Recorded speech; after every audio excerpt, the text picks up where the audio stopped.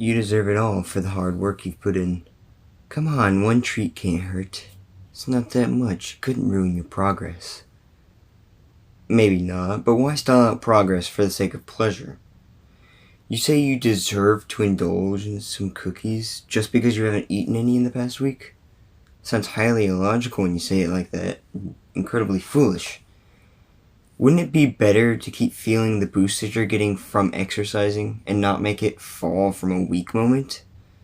It's probably a pretty new mindset, and it's not a be-all, end-all.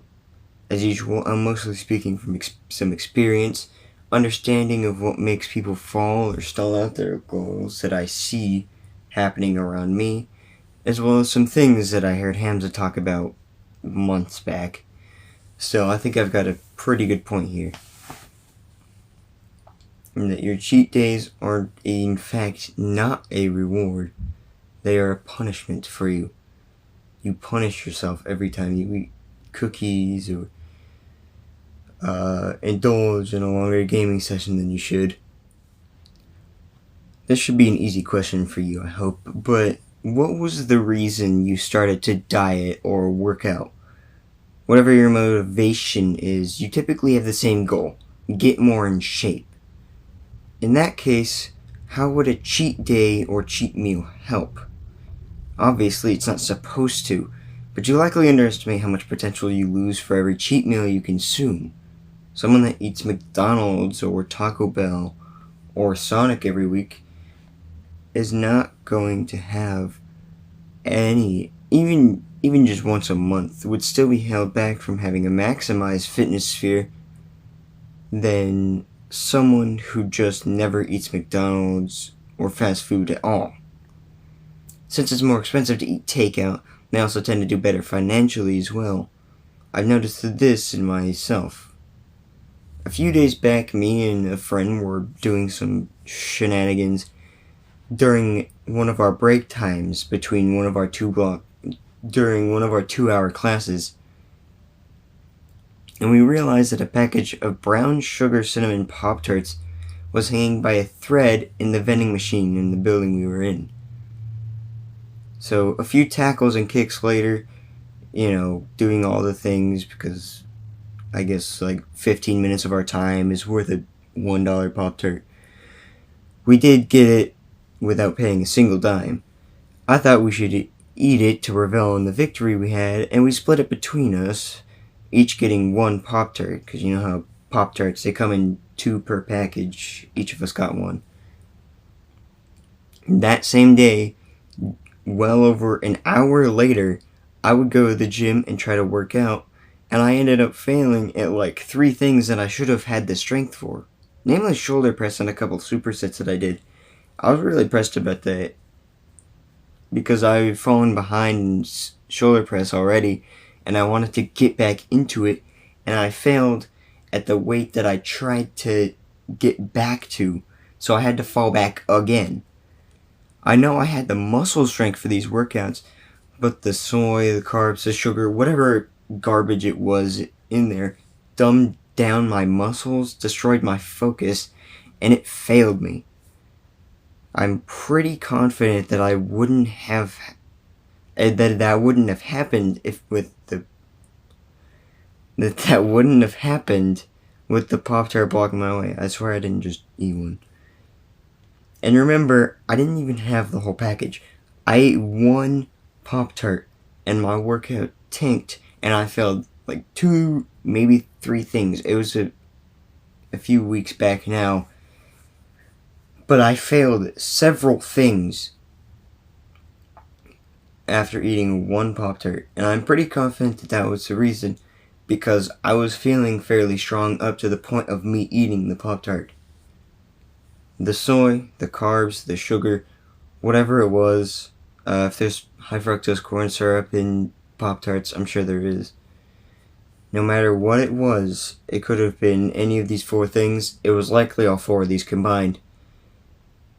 It crushed my effort. So, why did I have it? Because I deserve it. Stupid.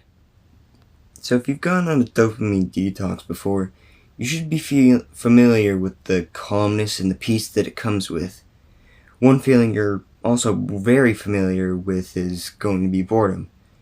Boredom is attacked by most people, and I want to go more in depth into this later because I think this is a big problem that a lot of people seem to go into for some reason, which I can understand why, but I'll finish this point first before I start making the script for that video. It's that feeling of not knowing really what to do, that time is passing really slow, and that time is being wasted. That's why entertainment is such a popular usage of spare money. It's something to fill the boredom or to kill time. But think about that statement for a second. Isn't time the most valuable thing we have? That's what everyone says, and I wouldn't doubt it. Time is the only resource that once you spend it, you can never get it back. And you have a very limited amount of it on Earth. Boredom is not something you need to avoid with all your power and ability. Some of the most successful people have periods that when they're presented with a problem, they sit without doing much for a while and just think. And that's a massive part about how they get things done. They sharpen their critical thinking skills, not by doing anything, but in the absence of doing. Don't satisfy the dopamine craving, as slight as it is. It can't do much harm if you ignore it. You don't need to not be bored. Of course, if something needs doing, go do it. But don't find an excuse to watch porn or scroll through TikTok because you think that it'll fit your boredom. Because if you begin to think about it with logic instead of emotion, you realize it doesn't make any real sense. Boredom is the way that we get a lot of things done, because boredom is typically a mood where we're thinking the most. We sit there and we think. And thinking is how people solve complex problems. I'll also sit in my room. I'll do the same thing. I'll just sit in my room for a little bit during moments of silence like these, when it's like 6:10 in the morning. I'll just sit in my room in moments like these, where I'll just be here doing nothing. It'll be basically like this, except this won't even be here. My phone will be put up to where I pretty much can't see it, or where it's not in my general view. And I'll just sit here, and I'll think about a problem that's started to cause issues. And that does a lot more wonders than any self-improvement video will ever teach you. Because you know your situation the best. The best way to deal with a problem is for you to think about ways to deal with that problem. Not for a few minutes, by the way. You should have these little things where you go on just for like a half an hour if you're brought up with a complex problem. A lot of millionaires do it. Plenty of really successful people do it. I figured it's at least worth a try. So now you might be able to see how I got this whole idea in the first place. A cheat day makes very little sense when you think about it from a logic standpoint, and I've personally gotten to the point where I just need to learn to say no to people. I'm a very big people pleaser. Whenever someone offers me up a food that I really used to like but I know is bad for me, I struggle to say no. I'm working on that. I'm trying to make me understand that if I just say no thank you, then it's, there's no hard feelings about it. This is a lot of people's last steps in preventing cheating, I found out. I struggle with this still, so I can't give much advice on this. One thing I've picked up on the few times that I've recently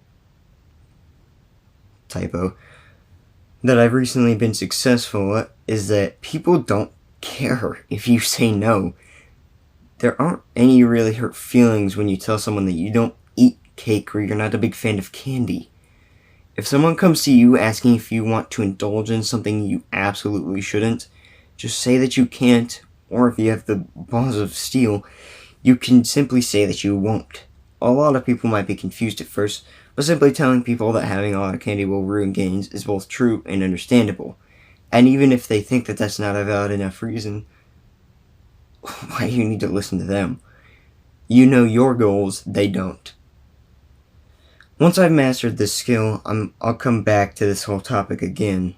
I also plan on redoing a lot of my old self-improvement videos too, although I'm going to wait a while for each video, as I don't want to feel like I'll just be rehashing content now for the sake of me not having a lot of time or not knowing what to record.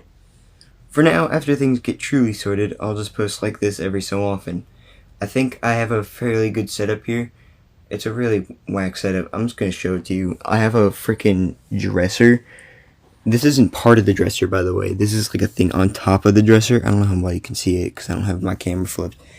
I don't know how well you can see this.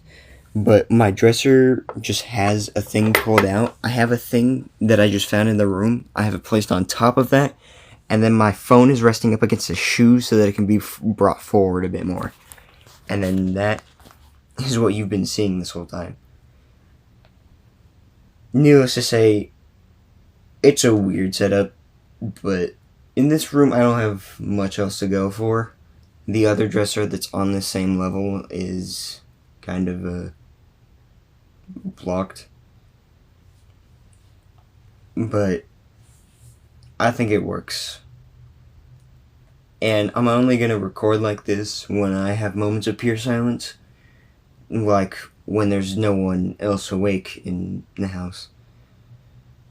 Suppose I should also talk about that. I moved a while back. I'm not in a different town, so unfortunately don't expect me to go super ham on all of this. It was unfortunate because I knew if I moved to a different town that I wouldn't have to worry about people finding me weird or whatever, because there's no friends there or whatever. And I might have even been able to find a few people that are also on self-improvement. But, I figure that I at least start doing something. Have something to show for me waking up at 5 o'clock every morning. Because I think people are starting to get a little tired of me, going to sleep at like 7 or 8 o'clock and then me not doing really anything with the extra hours that I give myself in the morning. Extra hour. So I'm doing this so that I can,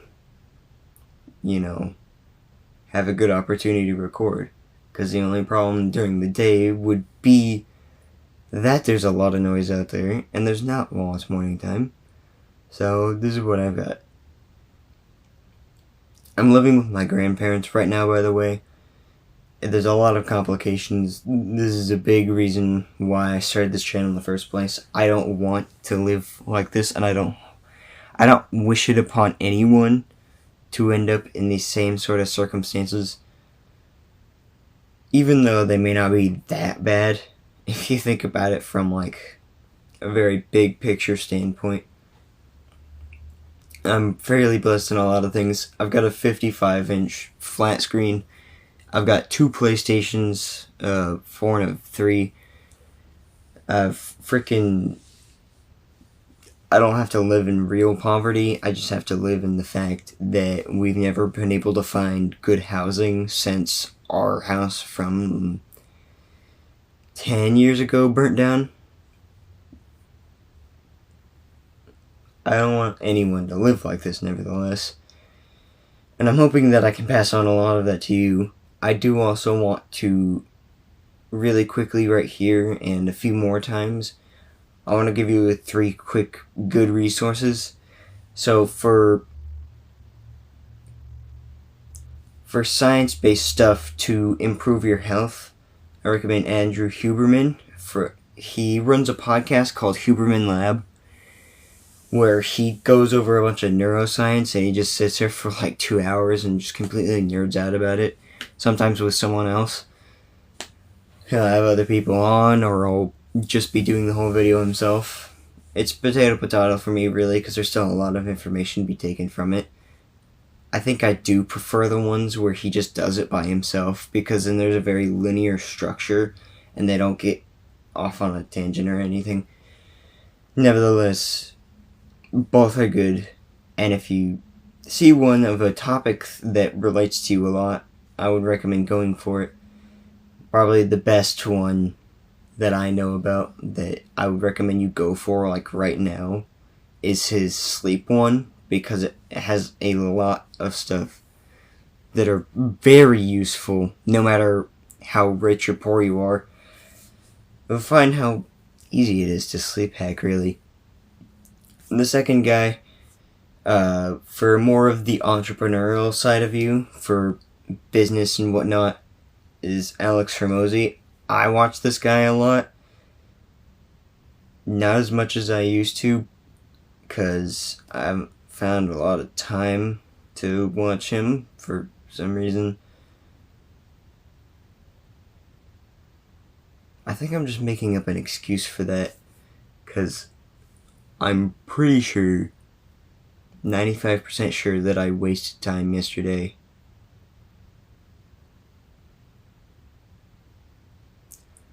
But he does stuff on the business. He loves business a lot. A lot. And he also likes fitness, although I don't personally take his fitness advice, because his whole mantra is to not skip dessert.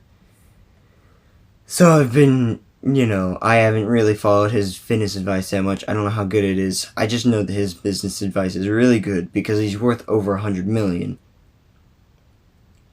And he came from, the brink of almost nothing. He went from working a job that he hated, that his dad, pressured him into doing, to having, several businesses. He builds several businesses now. His biggest business, I think, is worth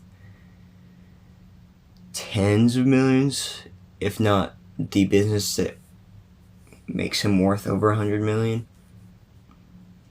I mean, he just really loves business. He's been doing it for the past over a decade at least. So he knows his stuff. And I think I really learned a lot from him. The third and last resource that I want you to go for financial aid, like personal finances, is Dave Ramsey. Not Gordon Ramsay, Dave Ramsey. He has this show where he gets on calls with people and they talk about their financial struggle, or they have questions, and then he'll answer them. But the main thing I want to really direct you to is his resources. If you have spare money, to go read his resources, and if you don't, at least watch his show. It's just called The Ramsey Show on YouTube, Spotify. All three of these things that I've mentioned, all three of these people, by the way, they either, their main thing is a podcast, or they have a podcast at least. So you can look any of these guys up on Spotify, YouTube, podcasts, whoever uses that. Like YouTube Music, I guess. You can look it up, and you'll find plenty of stuff about them where they collaborate with other people, or where they have their own podcasts where they talk about these things. Chris Williamson is a really good spot to find collaborations of these guys and get their opinions on stuff that they might not talk about on their main stuff. So these are three really good resources I found. I hope to do this more. I want to find more time to just sit here and script videos. There's just always seems to be so much to do. I have a feeling that that'll change, though, throughout Thanksgiving break. I'll be probably fairly bored out of my mind after Thanksgiving itself ends. This is Jerky Perky signing off.